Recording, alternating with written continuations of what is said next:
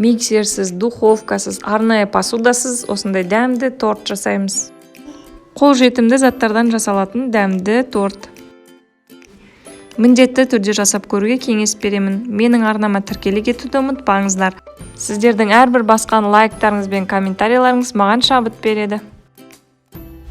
Ол үшін ең алдымен бізге печенье қажет. Оны ұсақтап үгітеміз. Ішіне өздеріңіздің қалауыңызша жаңғақ қоссаңыздар болады. Темір ыдысқа сүт құямыз. Үстінен майды салып, отта май ерігенше ұстаймыз.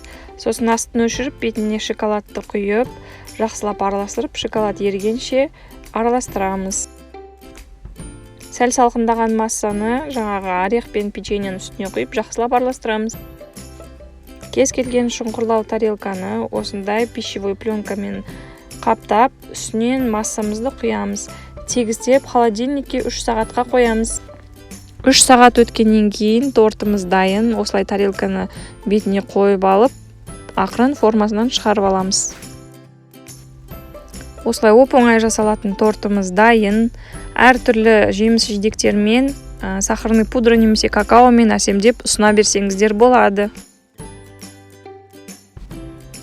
Менің рецептімді пайдаланып, міндетті түрде осы тортты жасап көрулеріңізге кеңес беремін.